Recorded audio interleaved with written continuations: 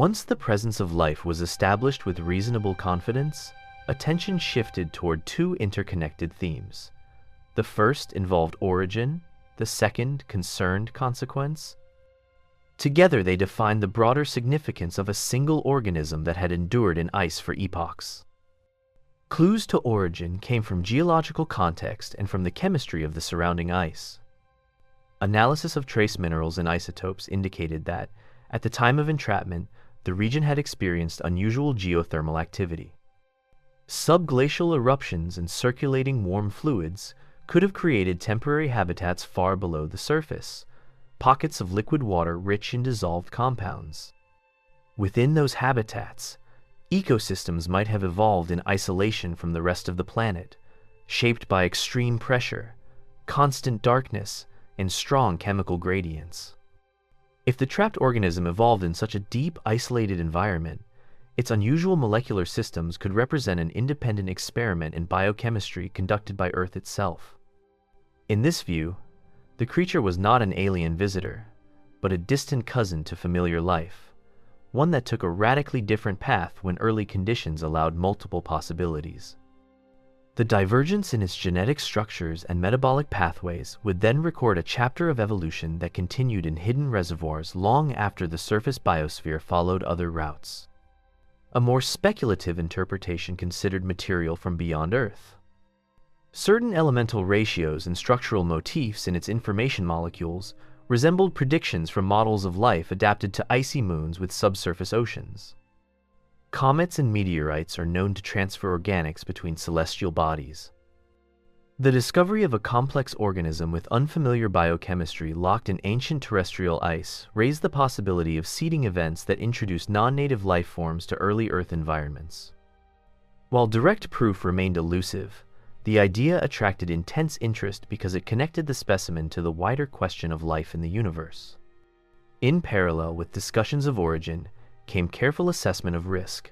Planetary protection guidelines, originally drafted to prevent contamination of Mars and other targets of exploration, suddenly applied to a chamber on Earth that held an organism which could be fundamentally different from known life. The central concern was not cinematic catastrophe, but the unpredictable nature of cross-system interactions. Molecules produced by the organism might interfere with terrestrial biochemistry in unknown ways. It was even possible that no interaction would occur because the systems were mutually incompatible. Until more was learned, caution dictated separation. Consequently, the specimen was never removed from high-security containment. Samples were not released into open laboratories.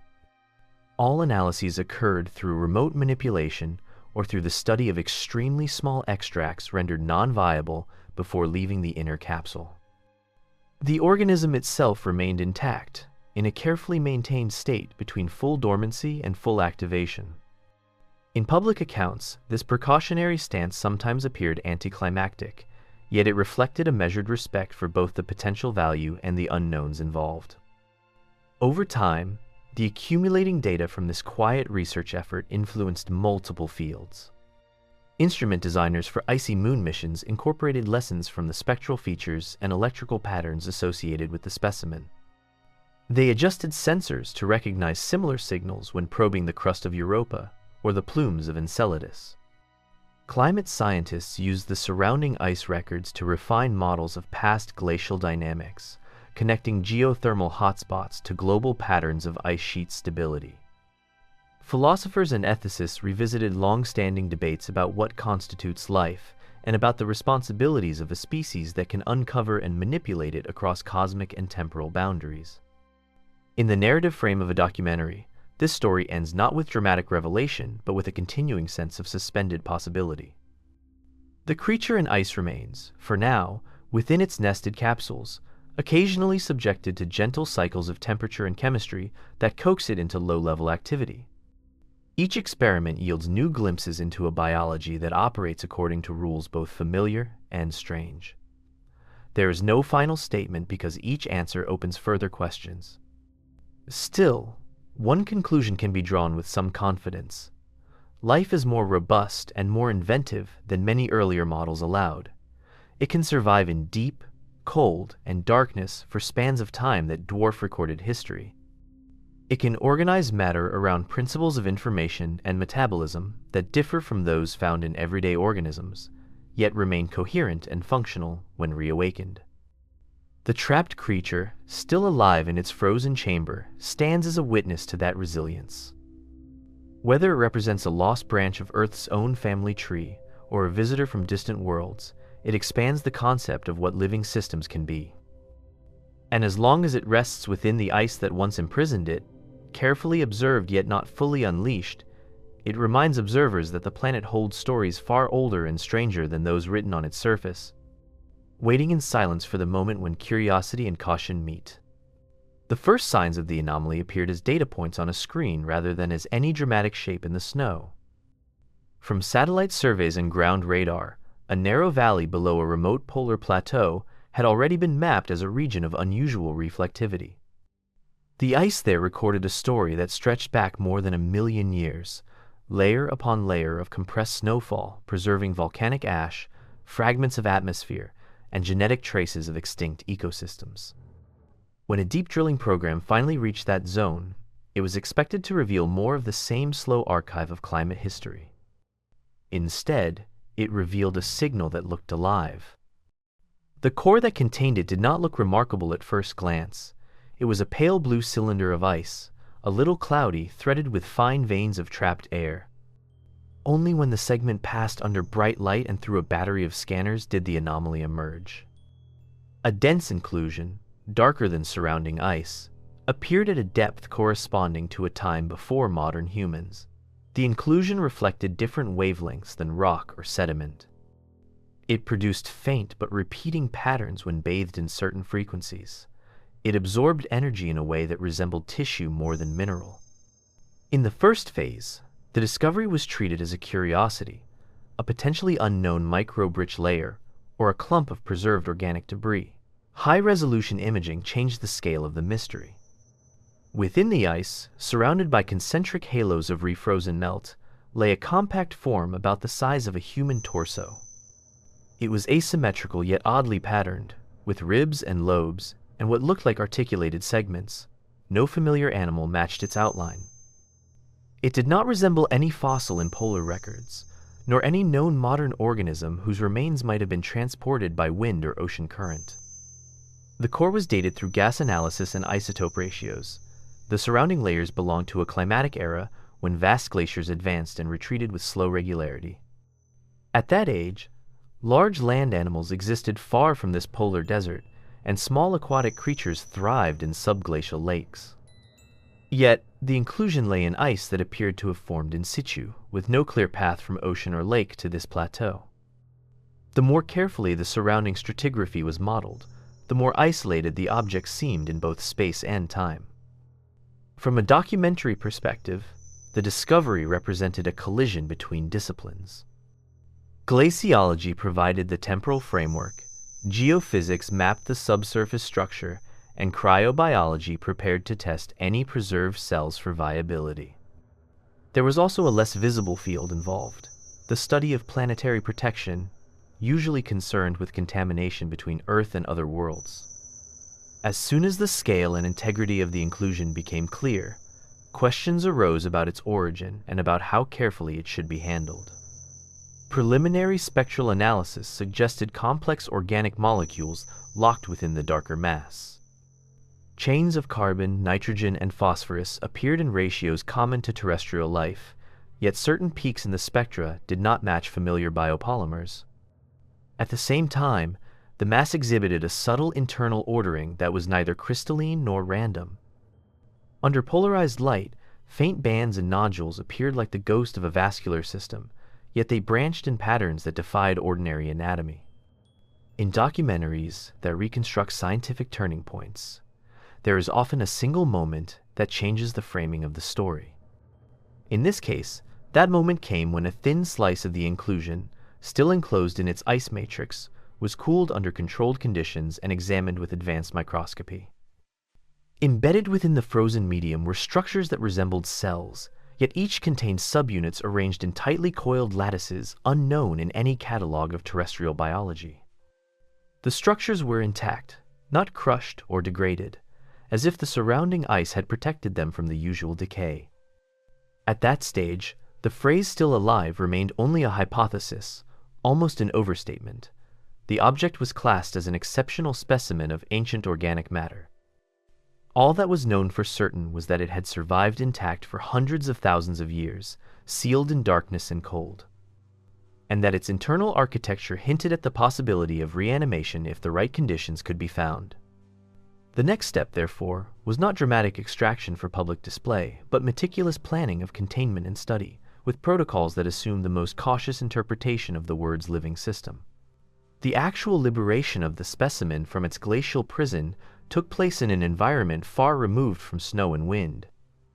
Inside a dedicated cryogenic facility, temperature and humidity were controlled to fractions of a degree, and air flowed through multi-stage filtration systems. The core segment containing the inclusion was transferred into a sealed chamber where technicians observed it through thick transparent shields.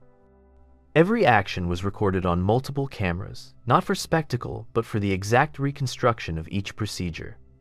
The first task involved isolating the darker mass without disturbing its spatial context. To preserve any subtle gradients in the surrounding ice, controlled micromilling was used. Shavings of ice were removed in thin curls and immediately collected for analysis, since chemical traces in these outer layers could reveal the environmental conditions that prevailed when the object became trapped. Gradually, the silhouette of the inclusion emerged more clearly, surrounded by a thin shell of compact ice that acted like a natural containment vessel. Once exposed, the object presented a more intricate surface than expected. Ridges and shallow pits covered its exterior, arranged in repeating motifs that suggested some original functional purpose. Remnants of membranous tissue clung to those ridges, although microscopic inspection showed that these outer layers were heavily damaged. It appeared that whatever event had entombed the organism in ice had sheared or stripped away external structures, while internal components remained sheltered. To study it without thawing, researchers relied on techniques developed for space sample return missions. Low-energy imaging beams scanned the object from multiple angles, reconstructing a three-dimensional model of its shape and internal density gradients. The model revealed nested compartments reminiscent of organs, but arranged around a central void that remained puzzling. This void contained tiny crystalline formations that responded strongly to changes in electromagnetic fields, leading to speculations about sensory or regulatory functions quite unlike those of any known nervous system. An important aspect of the documentary nature of this account lies in the protocols that governed every choice. Before any attempt at rehydration or metabolic activation, the specimen was placed inside a series of containment layers. Each layer was designed to protect both the object and its surroundings. The innermost capsule held the specimen on a platform of inert material. Around it, a controlled atmosphere could be introduced slowly, changing pressure, gas composition, and temperature in minute increments. Outside that capsule, a second chamber monitored any trace molecules released, ready to neutralize them if necessary. Beyond that, the entire array sat within a biosafety structure that could be sealed and flooded with sterilizing agents if any unexpected activity occurred. Despite these precautions, the first sign that the specimen was more than an ancient fossil came quietly. A sensor tracking minute changes in mass and density reported a deviation after a very small warming step. The bulk density of the inner compartments shifted in a way that matched the behavior of ice transitioning toward liquid water. However, there was an additional pattern superimposed on that physical process. Certain regions contracted while others expanded slightly, not in a uniform melt but in synchronized waves. To verify this, high-speed imaging was initiated. The instrument recorded subtle deformations along internal boundaries, like the contraction of sealed chambers when pressure changes within them. No clear movement appeared at the outer surface, but the interior was not passive. It responded to the carefully controlled environmental changes with a coordination that resembled a dormant organism adjusting to new conditions. Chemical analysis of trace gases in the chamber added another piece to the puzzle. For most of the initial warming period, emissions matched expectations from melting ice that contained dissolved atmospheric gases. At a specific threshold, however, an additional compound appeared, one that corresponded to a simple metabolite commonly associated with energy transfer in living systems. Its concentration was extremely low, and no clear pathway for its synthesis in purely abiotic ice chemistry was known. While still not definitive proof of life, this observation significantly strengthened the argument that a dormant metabolic network might still be present. Through all these phases, the specimen remained enclosed, its environment altered only in small steps. The aim was not dramatic awakening, but the mapping of a boundary between preserved structure and active function. Every tiny movement, every chemical fluctuation, hinted that this boundary had not yet been crossed completely. The organism had been trapped and immobilized, yet something within its architecture retained the capacity to respond. The phrase "still alive" gained its first solid grounding when a carefully designed series of thermal cycles triggered a repeatable pattern of internal change. Instead of thawing the specimen steadily, researchers allowed its immediate surroundings to warm slightly, then cool again, repeating this sequence many times. The protocol drew inspiration from studies of ancient spores and microbes that survive by entering reversible dormant states. The question was whether an entirely different and more complex organism could display similar resilience. Sensors embedded in the inner containment capsule recorded each fluctuation in temperature and pressure. During early cycles, the internal regions behaved like frozen material adjusting to minor stresses. With further repetition, distinct zones within the specimen began to respond more vigorously. A cluster of compartments near the central void exhibited rhythmic expansions paired with subtle shifts in electrical potential detectable through non-contact probes. These electrical changes were crucial. In modern biology, coordinated electrical activity often marks information processing and communication. In this case, the pattern did not match any known neuronal network, yet it maintained a consistent rhythm through multiple cycles, as if an ancient internal clock were ticking back to life. The signal strength remained weak, but its persistence suggested an organized process rather than random relaxation of stressed solids.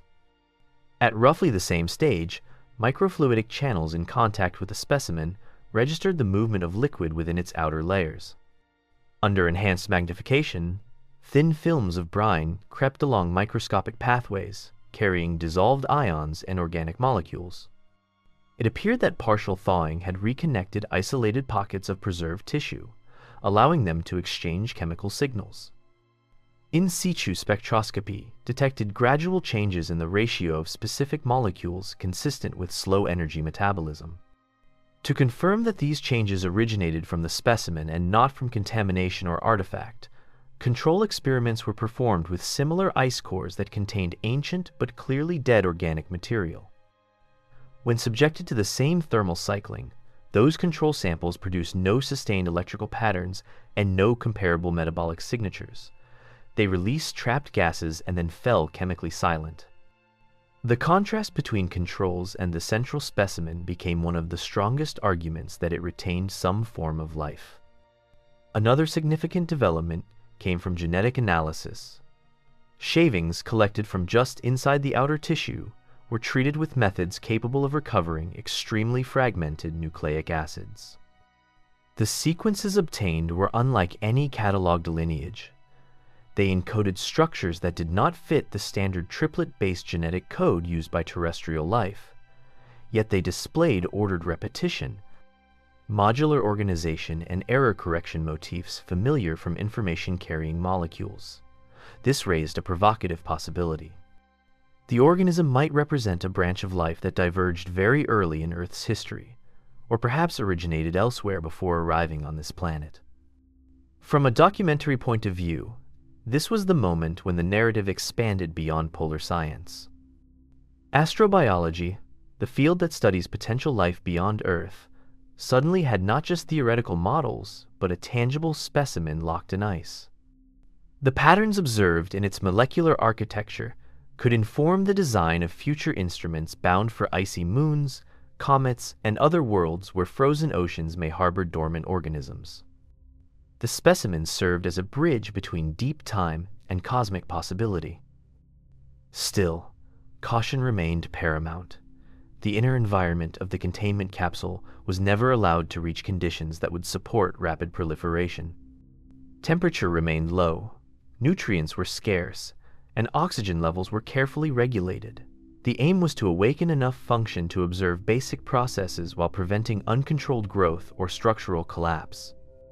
Even within those constraints, the organism displayed a remarkable ability to maintain organized activity. Rhythmic internal shifts, slow chemical turnovers, and persistent electrical patterns continued for extended periods, then subsided when conditions were stepped back. As the cycles progressed, new structures became visible near its surface. Previously opaque regions developed faint translucence, revealing filament-like extensions that appeared to seek contact with adjacent material. Some suggested parallels with root systems in plants, or with exploratory pseudopods in certain single-celled organisms. The scale, however, was entirely different.